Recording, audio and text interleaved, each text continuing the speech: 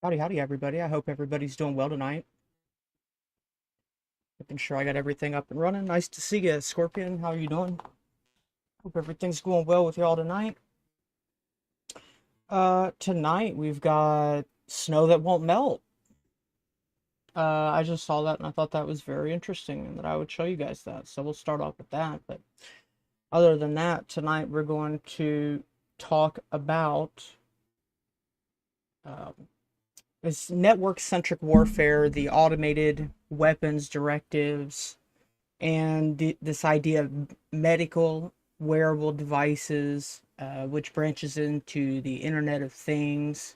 It branches into all of this is really one and the same thing. It's human husbandry, which is a term that we've used quite a bit. I've read that definition to you quite a bit, but that's really what it is. So I don't know. I mean, take everything with a grain of salt. How's it going, Boots? Thank you for the reminder.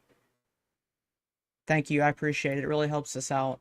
Tomorrow is, well, today is the 30th, at least it is on the East Coast.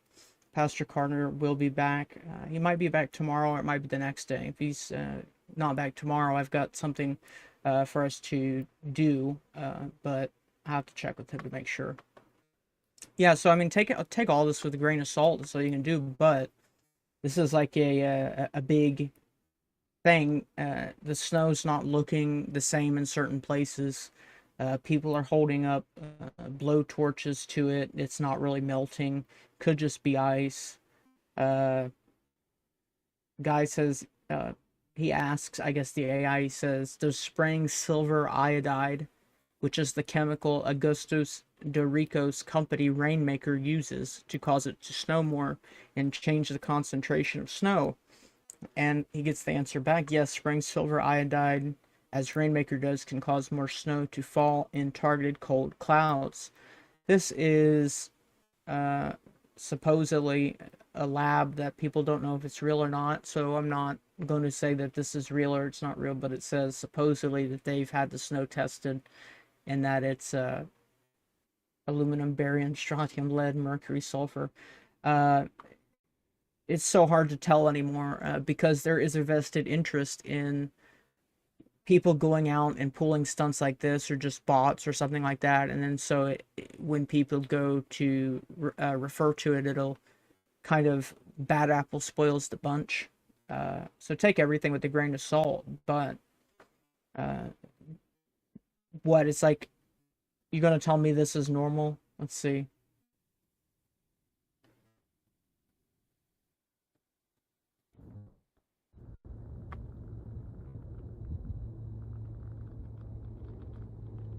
There's more than, I think there's another video like that too, because I had seen multiple.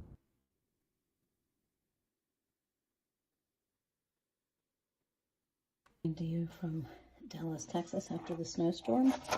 Today's the 27th. So I've got these chunks out of the yard, and it's been in the house about 15 minutes, and there's no water.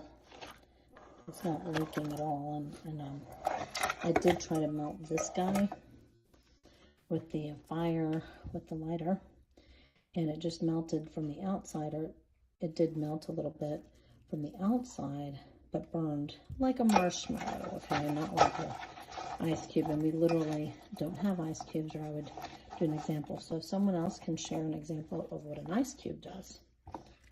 So I'm gonna, there's a little bit of water I don't know. dropping, and then if you put this on, and my husband's point was that the black is the tar, but it's literally not melting it. On the outside, water melts, right? It doesn't. People are saying it smells really bad too.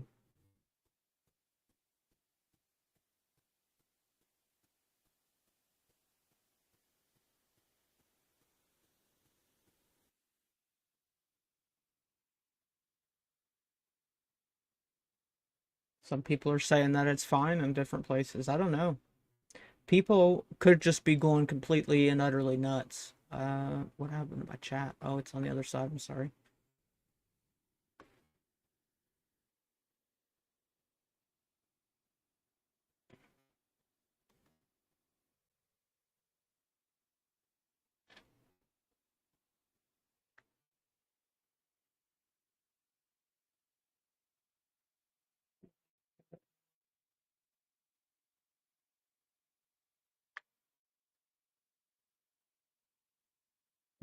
I don't know, guys. I have no clue. Either way, what we're going to do here, let me shift it over to the presentation. We're going to look into uh, biodigital networking and medical body area networks, wireless body area. And there's so many different words for the same thing. I encourage people to make use of the series that I did on the 6G white paper, because that was a milestone project for me, at least, because to read through that whole paper, I wouldn't have done it if I wasn't doing it for the stream, I don't think, because the paper is just so long and so dense, and it's done that way on purpose, because when when the stuff is so long and in language that people don't understand, and the technology is not just one word means one thing. No, it's an acronym, actually. So each letter of the word has a completely different meaning, and each letter of the acronym has actually got a very long technological definition. And so that's why I started the dictionary project. And so I'll probably be referring to the dictionary in this episode.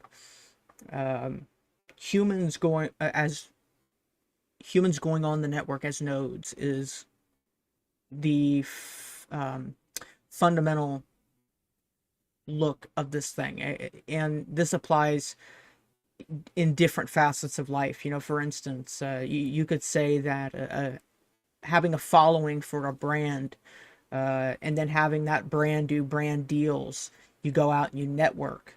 And so these words have been carefully designed, if you really think about it. For instance, web, the internet, well, you catch things with a net. The web, you know, like a spider spins a web. Um, what's the other one? Blockchain. Well, block, and where slaves are sold on a block. Chain, shackles, chains. Cell phone, prison cell. Um, bars like on a prison cell. So you see the words, and I'm sure maybe I'll think of more before we finish the episode, but the words have been carefully chosen. And I think that's really the deepest of the secrets, is that uh, words actually have power.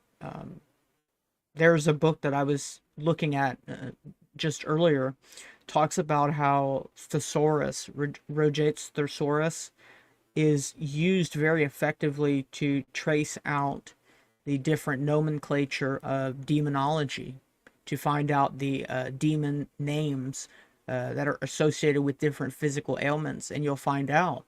Um, let's see, I'll pull it up. It's actually very fascinating.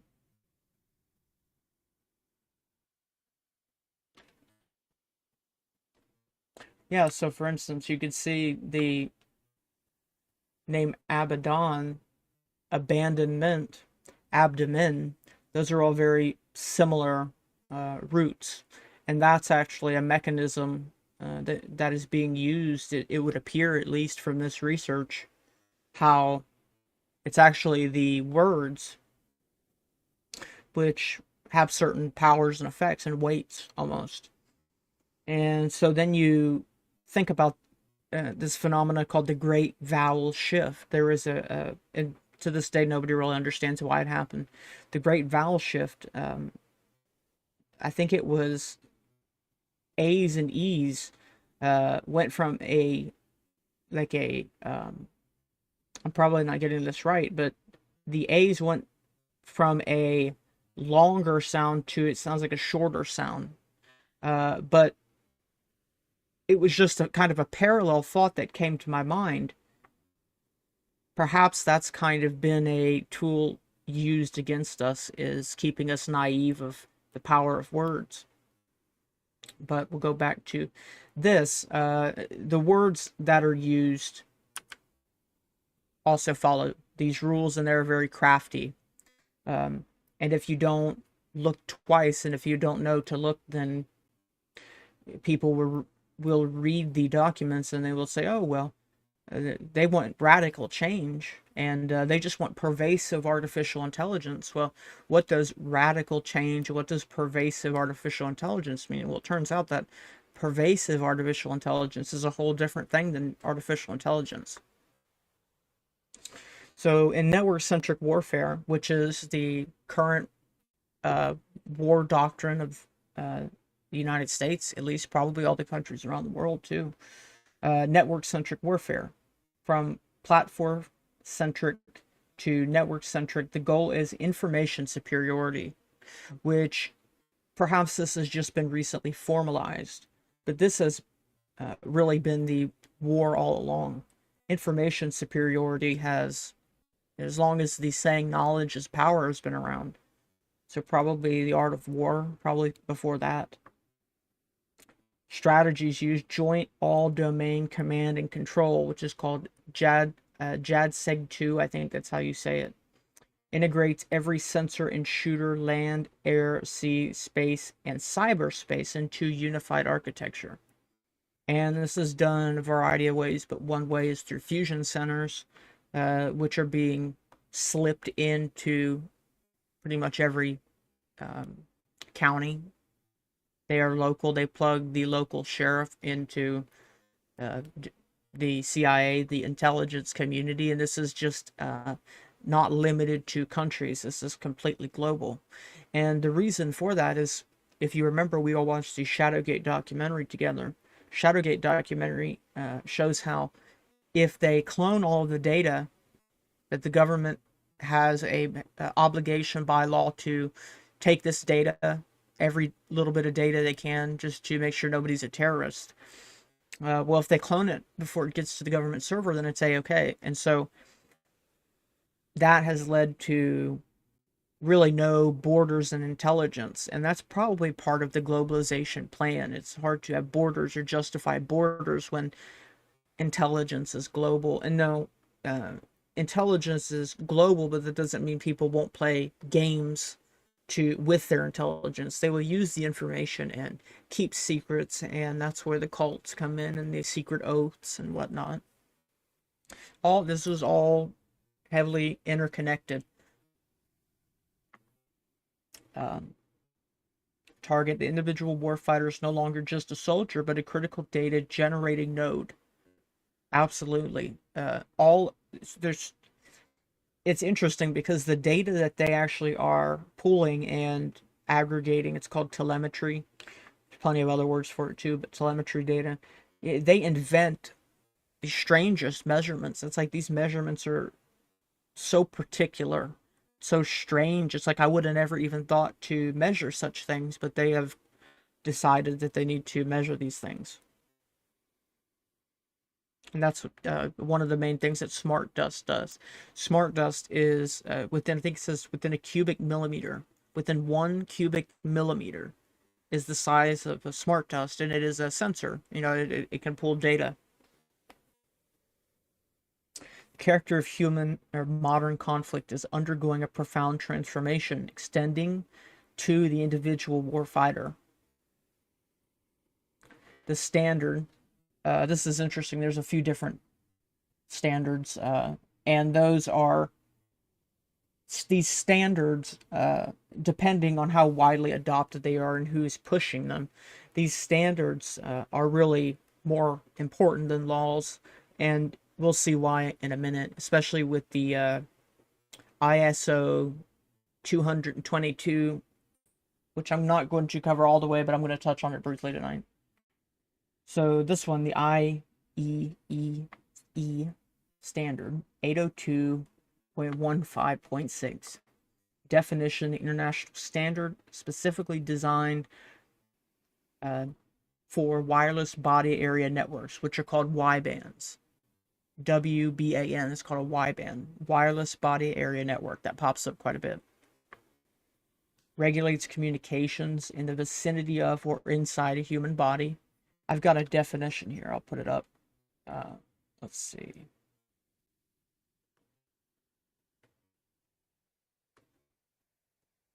So I can read it because I've already made a little graphic. That one. There it is. The Institute of Electrical and Electronics Engineers, whose motto is advancing technology for humanity, but which never objectively preaching to the choir is never a sign of objectivity, continuously and rigorously addresses the many issues that surround and permeate the question of whether the research programs and standards which are being established through its activities are for humanity and therefore can be fully justified as policies that enhance human sovereignty rather than undermine it. Without sovereignty, there is no way in which advancing technology will be of the benefit to humanity. And I'll read that again. Without sovereignty, there is no way in which advancing technology will be a benefit to humanity. And so it's like the government can be trusted to investigate itself, of course. All right. Here, let me make my screen bigger.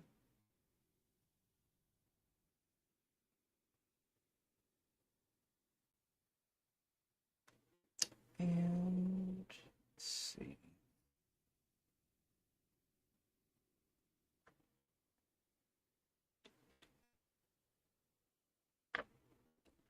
Okay.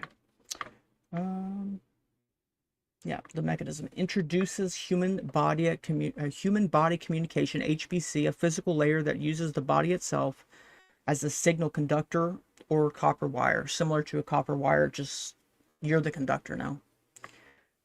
Allocate specific frequency bands, such as the MICS, WMTS, or ISM, strictly for on-body and in-body data transmission.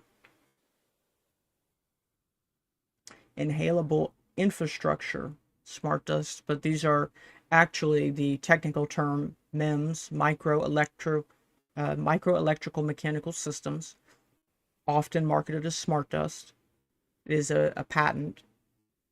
Function, air molecule particulates that sense light, vibration, and chemicals. As I said, they're sensors.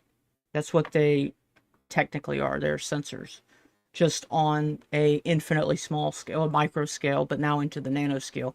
The micro scale was finished in 2001. At least that's what they publicly say. That's what the little page on the UC Berkeley says. It says that the Smart Dust project was finished in 2001. And so since that time that they've been on the micro scale, now they're down to the nano scale. Air molecule particulates that sense light, vibration, and chemicals, they can self-assemble, and we've heard that before. They can self-assemble into a wireless sensor network after dispersion. Wireless sensor network. A network of sensors, or these dust particles. Another term that's used is messagens. Again, the terms are so plentiful, you could use all these different terms, and at the end of it, the only thing that I'm really convinced of is that all these different terms make it harder to discuss. That's the only conclusion I walk away with. Messagens are weaponized particles which form a terra swarm, an inescapable sensor grid in the air. And so, you know, it's like the video games where it's like the little smart bees swarm people. That's what it really is. Once inhaled, the particle is reclassified from dust to biosensor. And see, that's the trick. That's the little evil trick, because once you inhale this stuff, once you're out playing in the snow and the stuff gets inside you, now it is wearable medical technology. Wearable medical technology. And so now it's a medical Internet of Things. It's for medical purposes. You're a medical patient now. And you're the battery. You are the battery. This is parasitic. There's no question, no way to get around that. This whole dynamic is parasitic. It's parasitism. Devices harvest energy directly from the host to power the surveillance grid. The subject's own life force powers the shackles. I'm going to play some clips from the video that we did on that. One type is the piezoelectric PVDF TRFE wraps. They harvest energy from heartbeat and lung expansion. Triboelectric static fleece turns skin friction and clothing movement into electrical charge.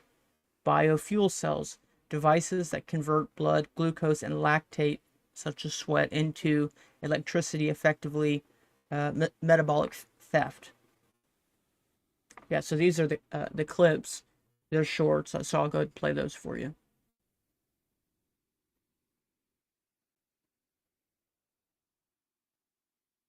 So let me just pass the baton here to my co-host here, Josh. What do you have to say about this concept of energy harvesting of the Y band?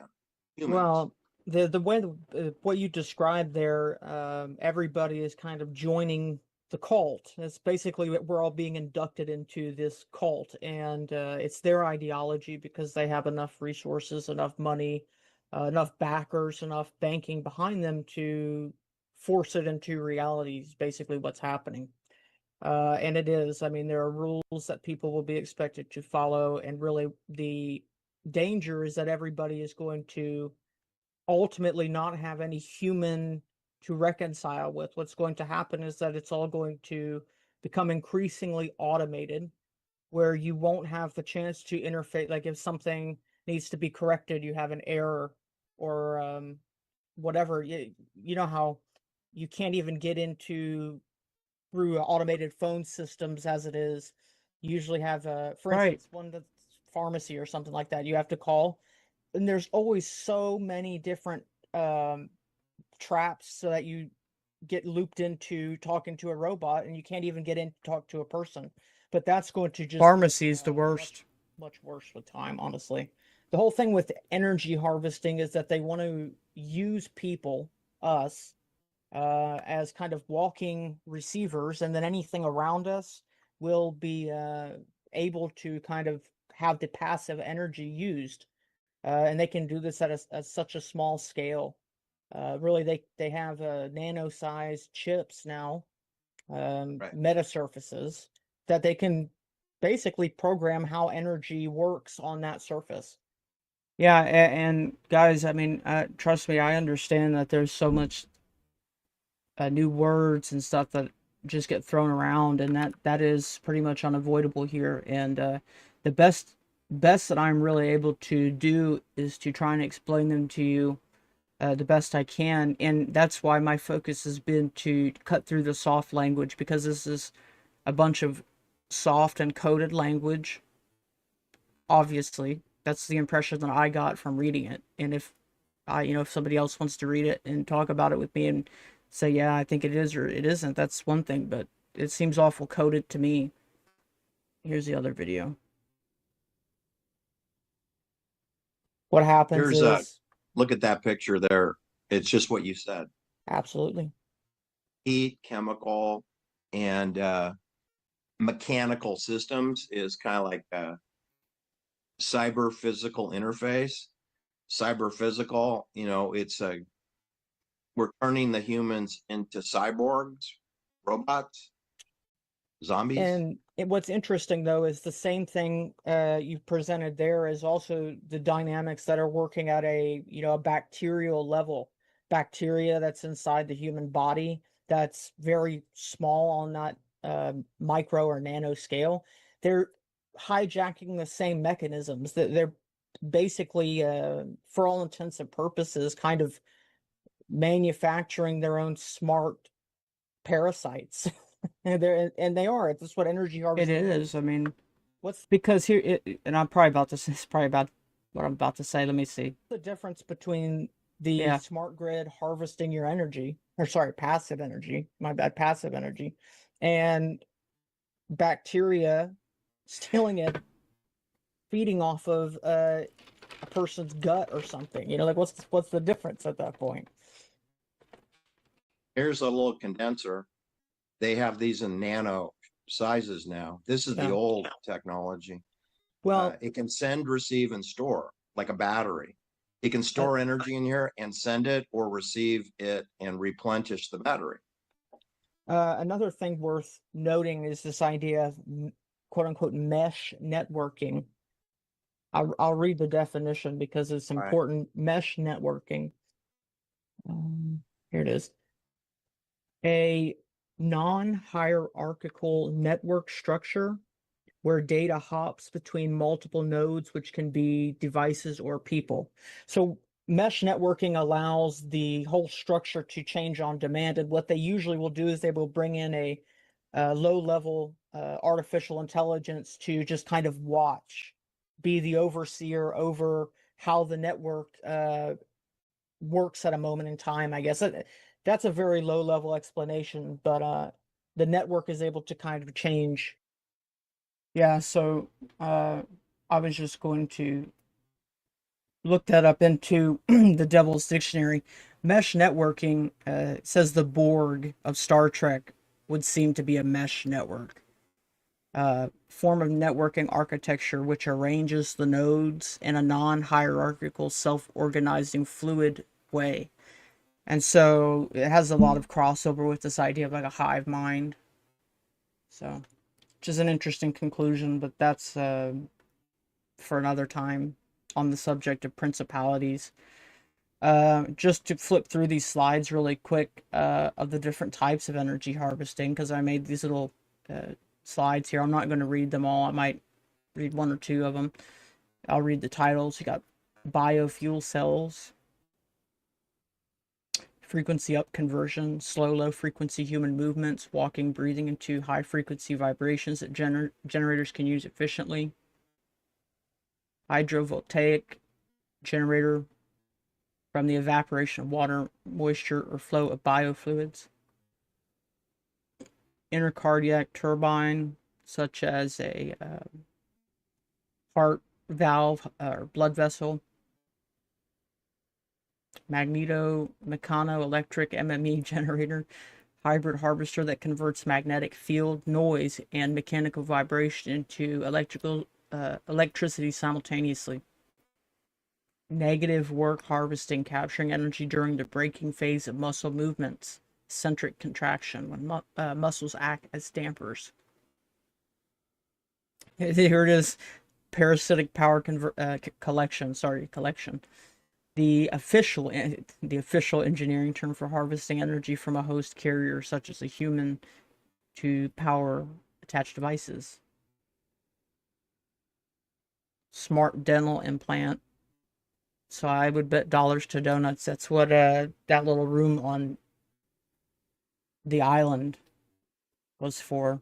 Implants, dental implants that harvest energy from jaw movements, chewing, speaking to power intraoral electronics. Symbiotic pacemaker, a pacemaker that harvests its own energy from the heart, theoretically lasting a lifetime without battery replacement. These are all terms that are on the dictionary too. I think I have the scroller. I'll put it up so you can have the domain.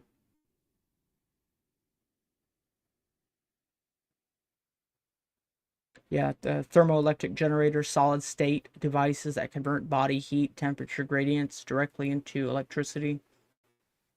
Triboelectric nano generator, solid state devices that convert body heat temperature gradients directly into electricity. Visceral harvesting, harvesting energy from the motion of internal organs such as the lungs, diaphragm, intestines, independent of voluntary movement. Last one is just a graphic that shows all the seven, not all the different types. That's not true. It's the 7 primary types. There are probably infinite different ways to do this. These are just the 7 most common.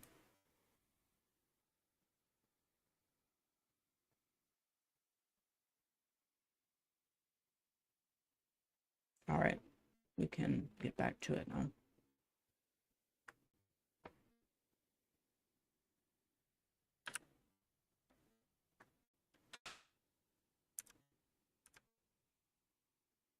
Okay, the body area network concept. It organizes human beings into sets of nodes linked to external databases. there is an overseer, and the overseer is very likely a robot at this level right here. Somewhere around here. That's where there's a robot AI overseer. The goal is to have overseers that all report to a central network. That's always been the plan.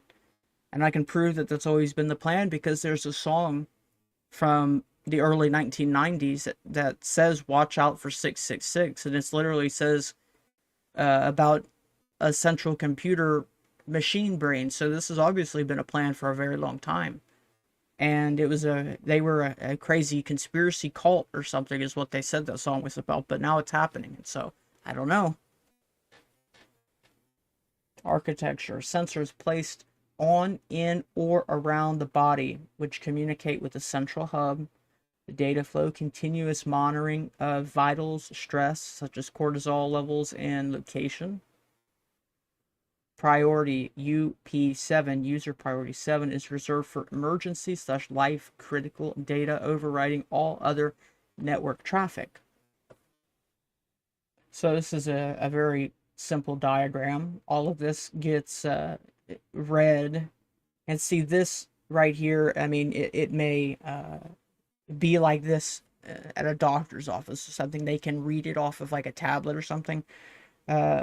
But know that the sensors can work with anything. They don't have to work with just the one tablet, unless the technology is proprietary, but still, that's highly unlikely that the government hasn't been given a backdoor.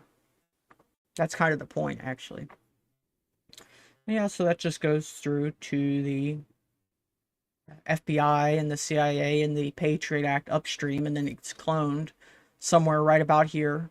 It gets cloned, sold to China. And so your social security number gets sold. And people act like they don't. It's like, why did this happen? Well, gotta watch the Shadowgate documentary, and you'll see that this has been happening since 2008. 6G, this was like I said, this was a fun project. It was about, let's see, it took me 11 episodes. 11 episodes. Probably 6 to 8 hours it took, probably, if I was like I was going to edit all of them together, but it ended up being way longer than I thought it would be. But I did a lot of extra work and stuff, and I did graphics for all the different sections and stuff, and that's why I highly suggest people look into that series. It's very nice, and I might show you some of it before the video is done. But these are the various technologies that make up 6G. Not all of them, but something called cell-free massive MIMO. MIMO is multiple input and multiple output. Basically connecting to hundreds of tiny antennas simultaneously. So instead of just a simple direct connection, can connect to all of these at the same time, and that's why it's a kind of like a swarm. Humans are antennas. The augmented human body acts as a relay node, transmitting and amplifying signals to the grid. And that's my guess on why people are not acting right and haven't been acting right for a while. Terahertz is very interesting. Utilization of 0.1 to 10 terahertz frequencies that specifically resonate with biological molecules such as water or DNA. That's interesting. Graphene is one. Polymers are another one. Graphene interface plasmonic. Nano antennas, and all these words do have meanings. I'm just not, if I was to read through all of the different, see, that's what I mean. If I was to read through all the different meanings, we'd be here for hours, and that's the point. It's either you have to be a alien in terms of intelligence to understand how all these things work. And you know, that's where that whole dimension. Somebody asked me a couple weeks ago, he's like, are they interdimensionals? Like, how do we know that they are? And I say, once you're at this level of, you know, seeing the world in these words and terms, once this is the way that you see the world, then it's almost like you are cold and gray and reptilian. Graphene is one, but they use aluminum, strontium, barium, and I got a whole thing of polymers too, but I'm not going to go into that right now. Yeah, here's some clips from the 6G video.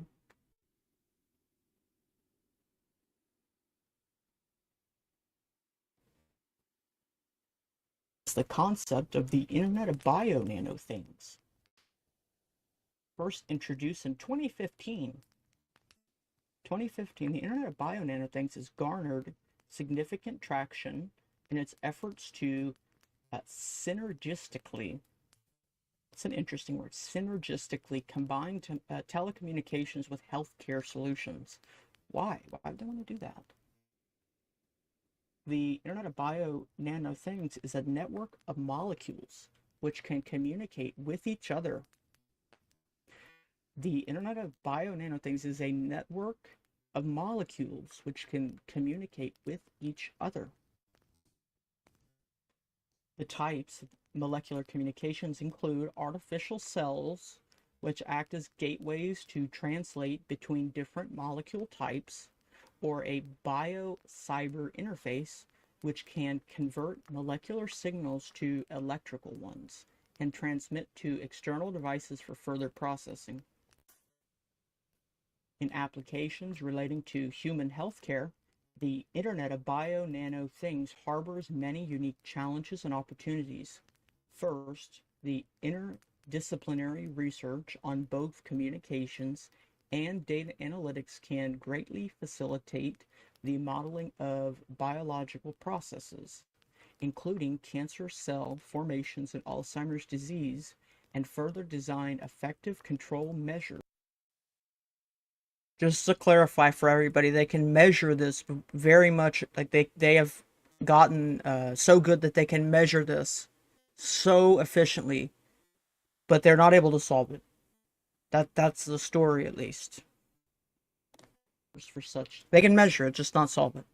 Second, even though expressions of genetic codes at the cell and organ level can vary remarkably in a manner analogous to various types of data applications and wireless networks. Well, interesting here on that one. And basically, from my own experience, it would seem that this is kind of like an as above, so below thing.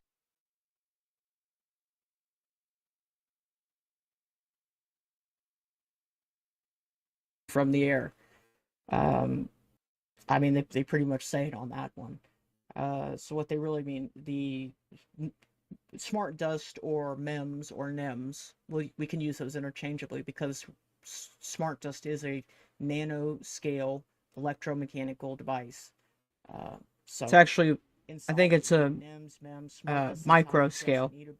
I'd have been my bad. The radiation tower down the street, it creates a zero power surveillance state that can never be turned off because it feeds on the background radiation or electrosmog of the modern world. Section 9, the Internet of Space Things. What they say, using CubeSats and UAVs to provide internet to remote areas and ensure global coverage. Obviously, it's Skynet, guys. It's just the roof of the prison. Ensuring that there is no place on Earth, not the desert, not the ocean, where you are not tracked. Drones and satellites form a 3D kill web to target dissidents who try to flee the smart cities. Section 10, cell-free massive MIMO, the prison. What they say, moving away from cells, towers covering an area to user-centric coverage where many access points serve one user simultaneously. That's what they say. In reality, it's the swarm. Instead of you driving past a tower, the network surrounds you like a swarm of bees. The cell travels with you. You are the center of a focused bubble of radiation that follows you everywhere, ensuring favorable propagation at a perfect shot for data extraction and energy delivery. So, you remember the like those Amazon stores where like they would go, like you go in and you just pick up anything off the shelves and you put it in your cart and you just walk out and it's like it paid. That is exactly what was being tested there. This whole idea of you are a walking RFID chip which can be scanned into different things. The whole idea of Disney Pass or whatever their pass was, it's all been building to this. of signals fall into the nanometer range, such as 10 to the negative 9. So anytime you see a negative exponent, it becomes 1 over. So 10 to the negative 9 is 1 over 10 to the 9, which means the numbers are adding the zeros in front. So it's getting smaller as opposed to larger. 10 to the negative 9 to 10 to the negative 7th meter in size, thereby motivating studies on nano network communications. Different from those operating at lower frequencies in the microwave range, these devices and transceivers used in the Internet of Nano Things are in the scale of nanometers and thus behave differently from classical wireless communication systems. Given the much smaller size, each nanothing consumes much less energy and is envisioned to be self-powered. And self-powered, they tell you right here, via vibrational energy harvesting. Just so everybody understands, that was in the 6G white paper that was it was written in probably written before that, but 2020 is when it came out. They were talking about Internet of Nano Things. They're going to be self-powered, but that's only because they're using vibrational energy harvesting. Okay. I'll say it again. If you have vibrational energy harvesting using piezoelectric nanogenerators, besides conducting signal transmission tasks, the nanothings can also perform basic processing and data storage, as well as enabling new nanosensing capabilities with higher sensitivity. Current advancements in nanotechnologies provide several promising candidate materials with various dimensions for creating such nanomachines, including a thin strip of graphene named graphene nanoribones, graphene in the form of a 3D roll named carbon nanotubes, and graphene spheres. Communications in the paradigm of nano network. It might be worth it for me to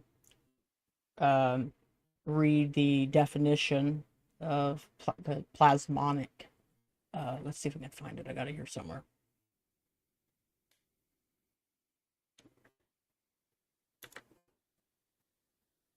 Bear with me.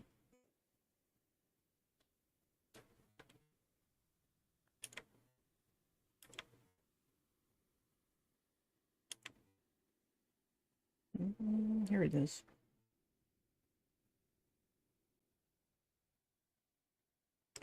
Plasmonics. Let me make it bigger. This is a field of study which explores and seeks applications for the physical phenomena which occur on a nanoscale in conjunction with the interface of particular kinds of metals and dielectrics, materials that serve as electrical insulators which become polarized when exposed to an electrical field, and amongst other things can enhance capacitance or energy storage in electrical circuits. A plasmon is a quantum of plasma oscillations, and plasmonics explores the properties of such plasma oscillations and how they can be manipulated on the nanoscale. Let's see. I'll skip to the middle. Plasmonics has potential ramification for biophotonics. Consequently, not only does plasmonics carry possible applications for such fields such as optogenetics, which is the use of light to turn genes on and off. I'll say it again. Optogenetics, the use of light to turn genes on and off. But as well, it raises questions as to how and to what extent biophotonics and plasmonics might adversely affect or suppress the health of a person's biofield. They're not interested in that question. That is not a question that they are worried about. That could be worried about later. Because if I don't do this, somebody else will, and it's nothing personal, it's just business. That's what they always say.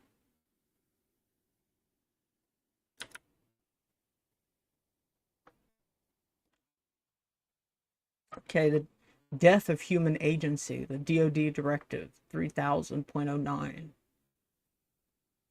Yeah, DOD Directive 3000.09, Policy for Autonomy in Weapons Systems. The Shift 2023 update removed the word human. Removed the word human before operator. The new definition: operator is now simply a person who operates a platform, opening the legal door for AI agents. Result: operator-supervised autonomy creates the illusion of control. Hear that? Operator-supervised autonomy. I don't even know what the hell is operator-supervised autonomy. Creates the illusion of control. That's probably one big reason why things don't seem right now. Lethal decisions are delegated to algorithms. And we know that's true now because of what happened in Gaza. Vulnerability, zero trust biology, zero trust biological enclave. The body is treated as a threat vector. The network protects itself from the human. Spoofing, faking physiological signals such as heart rate or GPS to deceive the command. Code injection, inserting of malicious code commands into medical implants. Denial of service, DOS attacks, jamming the link between the body and the medic. And consequences: incorrect treatments based on spoofed vitals, or they can and they have used these to prevent people from getting treatment. I've seen that in people who have personally talked to. Human husbandry is the agenda. I hope you understand by now that's the agenda. Scientific management, milking, and selective breeding of the human herd for profit. That's what human husbandry is. Smart cities, or 15-minute cities, or cognitive cities. Cognitive cities might be a better word to use because SMART is an acronym. There are different ones. Surveillance, monitoring, reporting technology is one. They are containment zones. They are zones that are set up to perfectly pull vitals for the Amazon stores to be able for you to go in and just put stuff in your bag and walk out and it'll charge you. That's what's going on here. Efficient harvesting of biodata and electromagnetic energy through one of or multiple of the 7 primary methods of energy harvesting, or they're probably going to invent a new one tomorrow. I mean, they as many ways as you can imagine.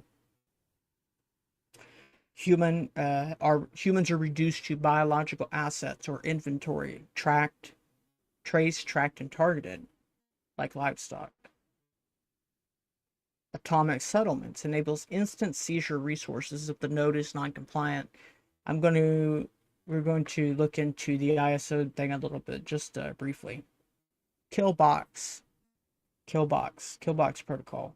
Definition: killbox is a 3-dimensional perimeter, space, time, and zip code is one example, for elimination or control. Again, if you haven't seen the Shadowgate documentaries, those are worth watching. Algorithmic triage and culling using predictive policing, epic deterioration index to withhold resources based on economic yield. Digital death panel, decisions on life support made by black box algorithms, or let me see if I can remember. What was it? No, I got to go back just because I got to remember what it was.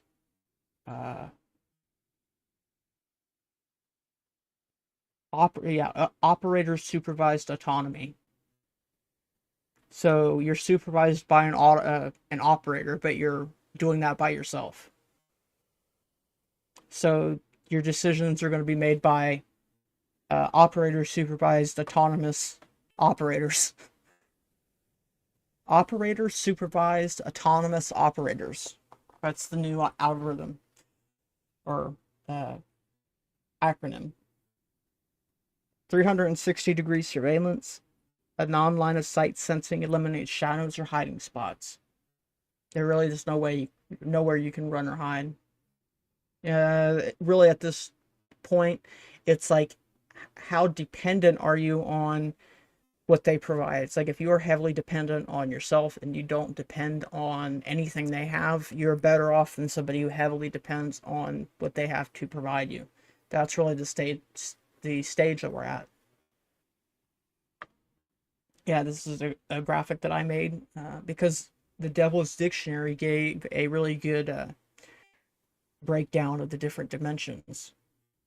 The definition it gave: this is a multi-dimensional space into which targets are maneuvered in order for the overseers of that space to be able to eliminate or control such targets in some fashion. That is what the Shadowgate clip was about. And I might play it again just to refresh everybody's memory. The dimensions of the kill box: time, beliefs, values, resources, perception, choice, and the X, Y, and Z axes of 3D space. The dynamics that are used to induce entrance or entrance, to put you in a trance. Propaganda, indoctrination, ill-advised public health policies, narratives, limited hangouts, threats, education, disinformation, iatrogenic activities, which basically means medical, things that are done because the doctor doesn't know what he's doing. It's like a medical accident's what's causing your problems. Iatrogenic activities, and I have reason to believe that that's a very common now too. I've seen that in my life as well. Disinformation, education, myths, desire, fear, hope, force, classic and operant conditioning, legal processes, politics and sanctions, pharmaceutical toxicities, and misdiagnoses and misinformation. Yeah, I do want to play the Shadowgate clip because it's something that you should see. So let me go ahead and cue that up for you.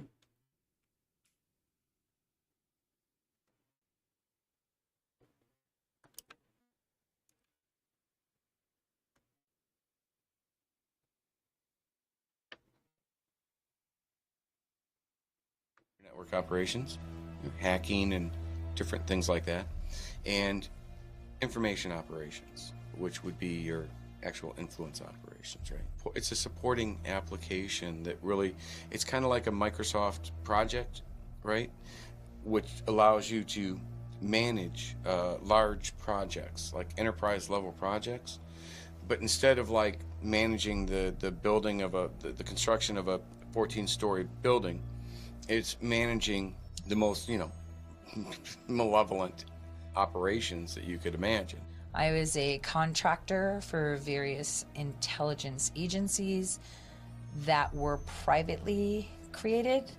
So they were private contracting agencies because unlike what most people think, our intelligence doesn't stay within our borders or within federal buildings.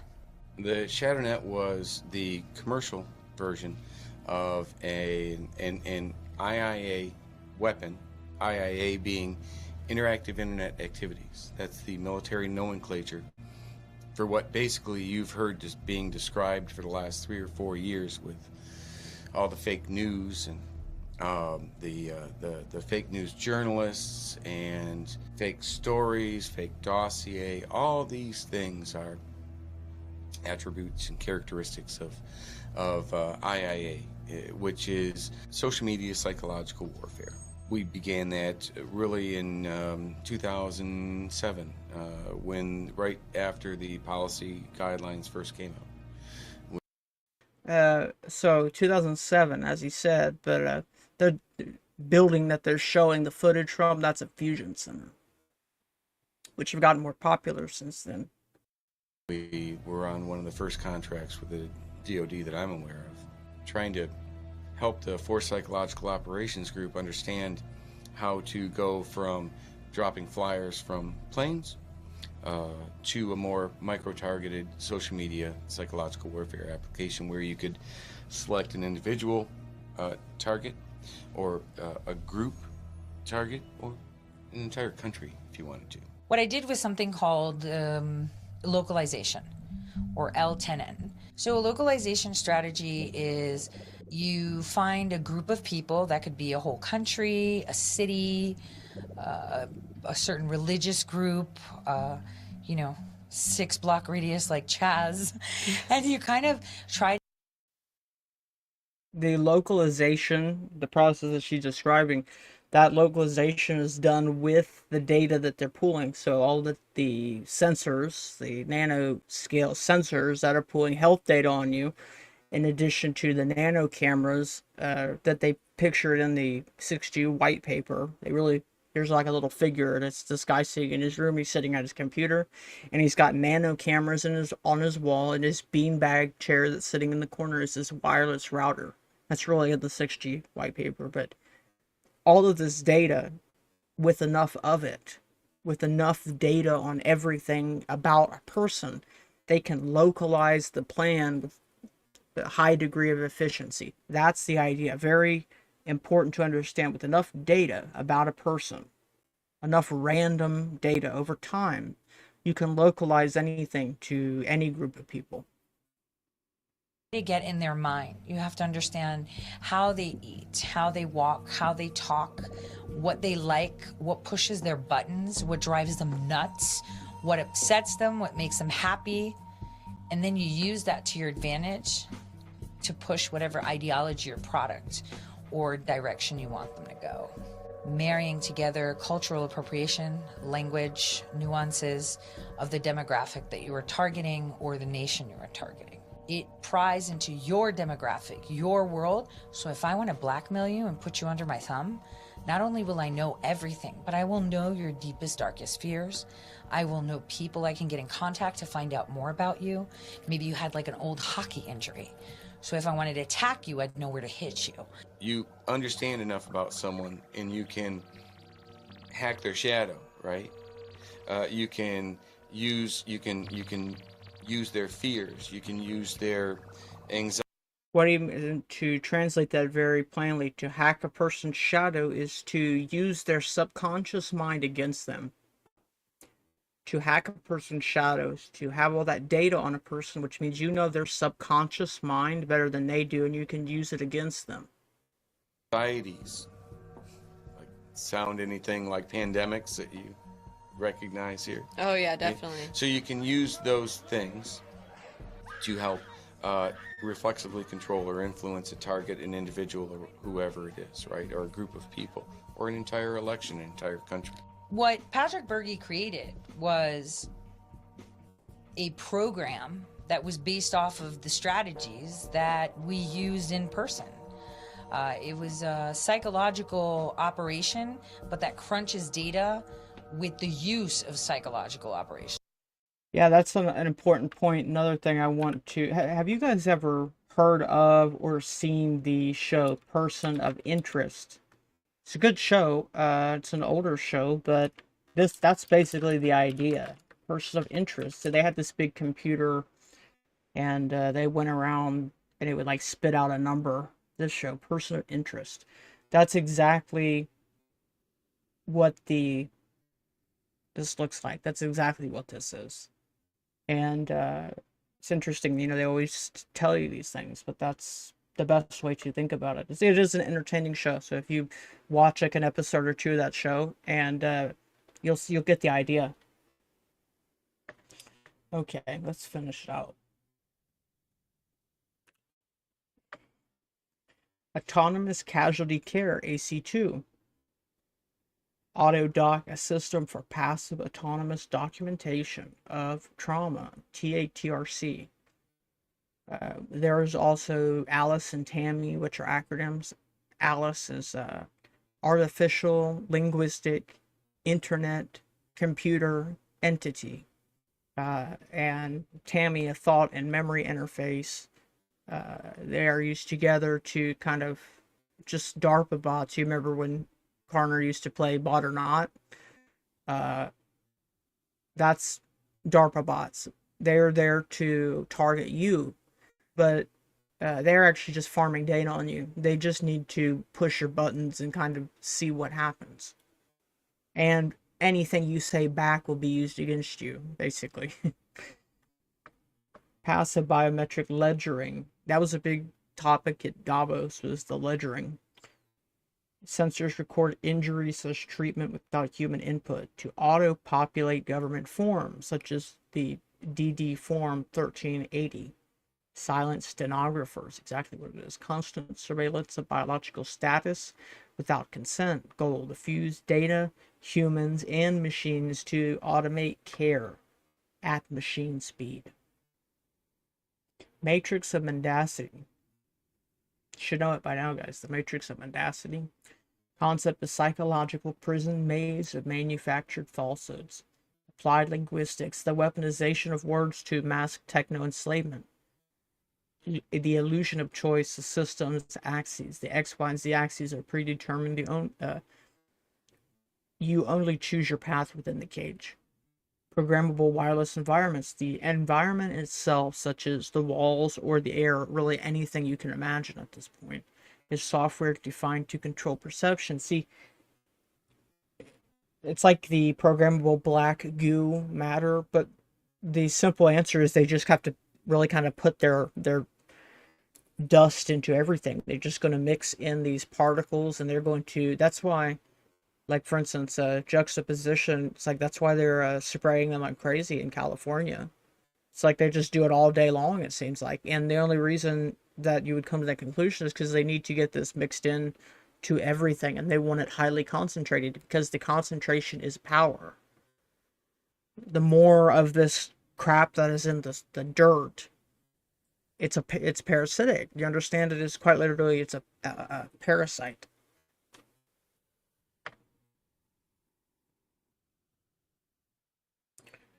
Convergence complete. Network-centric warfare. Wideband AI governance is total control. The human body is now a platform. It is a platform. That's how they see it. You are a platform to be operated. Privacy is obsolete. Your biology is the new public domain where there's zero trust. The future of command and control at machine speed. And see, and now what I want to look at really quick is the ISO 222 standards. Now I did this. Yeah, I think it is on Prime. You're right, Boots. I've watched it on Prime. It's a really good show. I watched like the whole thing a while back, but I've only watched a couple episodes recently. But it is a pretty entertaining show. And if you, for instance, like if you can go back through and you like watch it with the hindsight, you know, hindsight is 2020, and that's why there's still a little bit of value to like go back and you can kind of see what they got right, what they got wrong. Maybe you'll notice more because when you watch something twice, it's kind of eye-opening. Yeah, so the Panopticon of value, the ISO 222 standard was a big thing this year, so I did some research on it. ISO 222 mandate. There was a penalty put in place, and now that penalty is ending. Legacy MT formats allowed for the opacity by obsolescence via unstructured data fields. So this standard, the ISO 222 standard, I'll zoom in.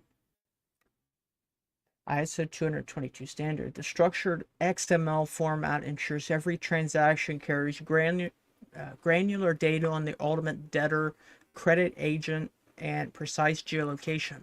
So all of the data, this is ISO format is for SWIFT transactions, SWIFT bank transactions.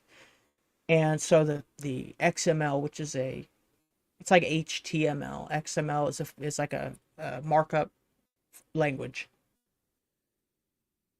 And so now the format, for instance, they said, if you are not going to adopt our format that we would like you to adopt, we will penalize you. You will have to be penalized, but that is ending.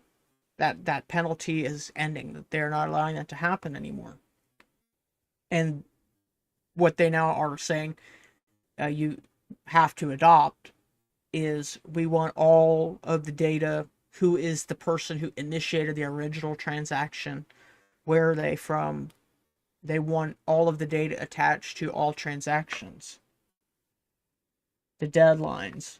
July 14th of last year, 2025, the U.S. FedWire Big Bang migration, which is complete. The January 1st of this year, 2026, is the start of the SWIFT penalty fees.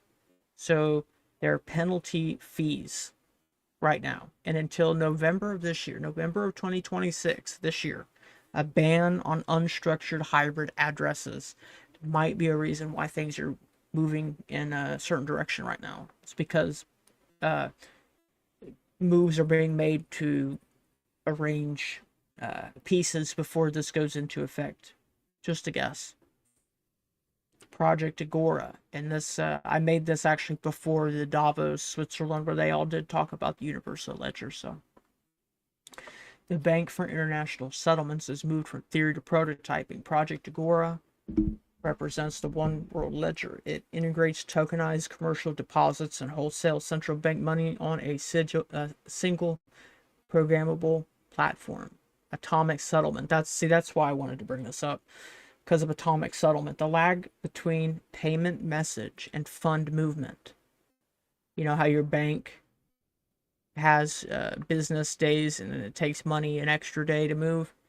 It's going away. The lag between payment message and fund movement is eliminated. This requires a pre-funded environment, trapping liquidity on the global ledger overseen by the Bank of International Settlements. Everything goes right back there. And what's interesting, the Bank for International Settlements, even the Swiss government, the Swiss government of Switzerland is not allowed to enter the Bank of International Settlements without the manager's permission. So who runs the country? Who runs the country? It's a fair question. Sounds like they run the country. Sorry, my mouth's dry.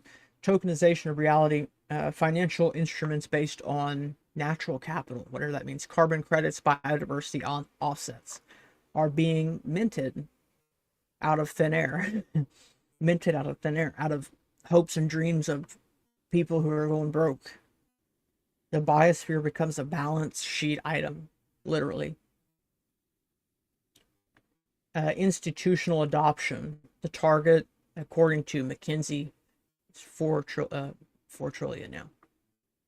Agora Consortium, Federal Reserve Bank of New York, Bank of England, Bank of Japan, the Euro System of France, JP Morgan Chase, HSBC, and Visa and MasterCard. So everybody's jumping and onto this because they don't have the chance to be penalized anymore. They could say, no, we're not going to do it. We'll just pay whatever the fee is.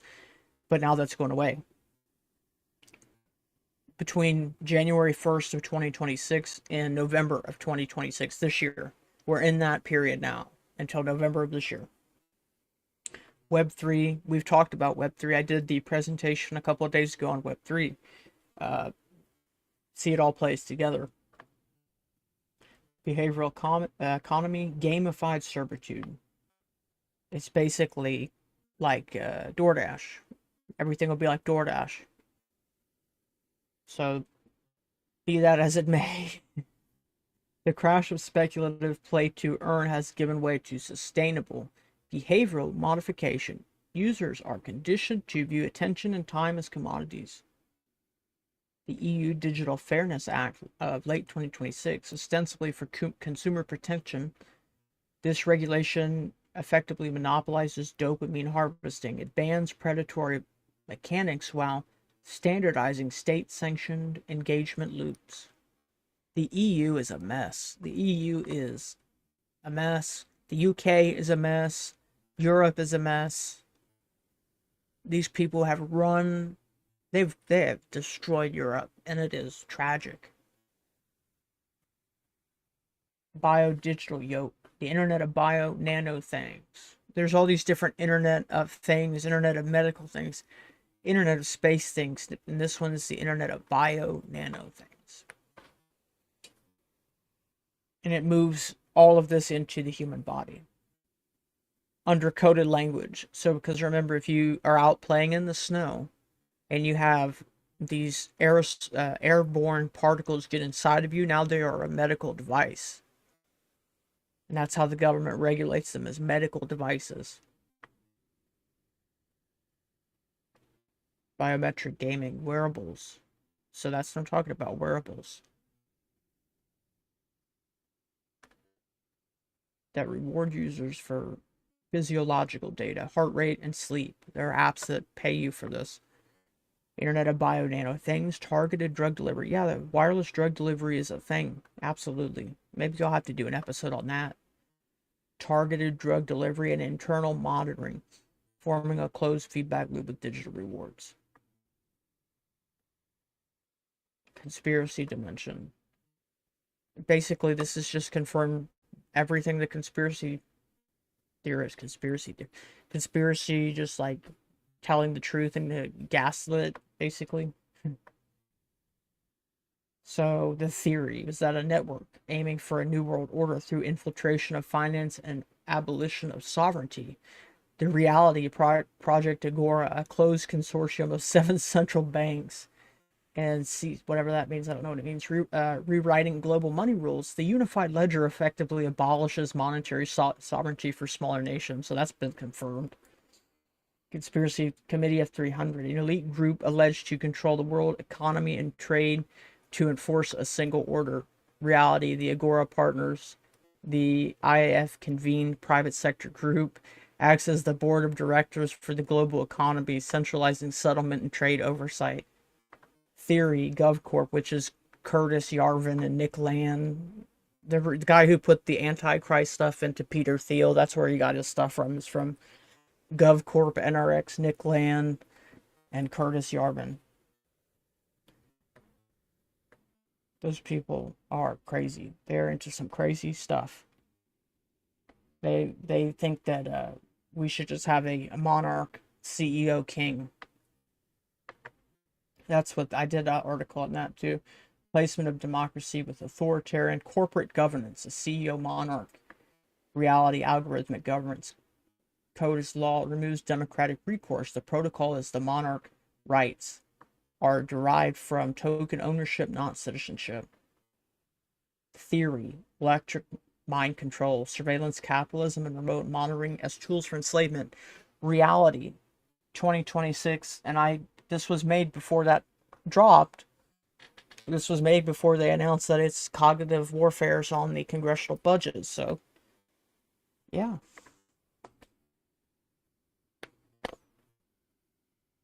Yeah. But that is it. That's what I had for you tonight. I hope you guys saw it, what this is about, and people start to get it. And this can, I try, every time I make videos, I try to make them in such a way that they can and should be returned to. And I usually chop them up and make shorts and clips, because then, I'll use them again. And so I started a lot of the work that I do because, like, I would tell people about something, and then I would go and I would talk to somebody else, and then I would talk to them about it, and I wanted to have something that I could point them to. And I found plenty of good resources, and so that's why I'll like compile links and stuff. And whenever I update the video, probably tomorrow, you can check this video and you go down to the description and I'll put the links and stuff so you guys can read through all this yourself. And I encourage you to do so. Thank you. I appreciate that. Thank you so much. It means a lot to me to hear people just say that they gained something from the work. I mean, I don't ask for much more other than that. That's really makes me happy, is to know that people are gaining something from the work that I do, and share it. And then if somebody knows something that I missed, or just whatever, that's fine. You're more than welcome to add to the information if you've got something that you didn't see that you think I should know about. I'm happy to learn about it. That's how we have to study our enemy's plan so that we can defeat our enemy. That's what Bill Cooper said. And it's common sense. It's common sense. I mean, he said, how can you hope to defeat an enemy if you don't know anything about the enemy? Well, that's true. That's true. And that's really the whole thing right there. That's the whole game. That's the slavery. That's what Goethe said. He said, "None are more hopelessly enslaved than those who falsely believe themselves to be free." Thanks, Boots. I appreciate it. But if you see me tomorrow night, you'll see me tomorrow night, and I've got something interesting. But if not, I'll probably still do that at another time. But I appreciate y'all tuning in, guys. I hope you enjoyed, and I will see you again in the next one. Take care, guys.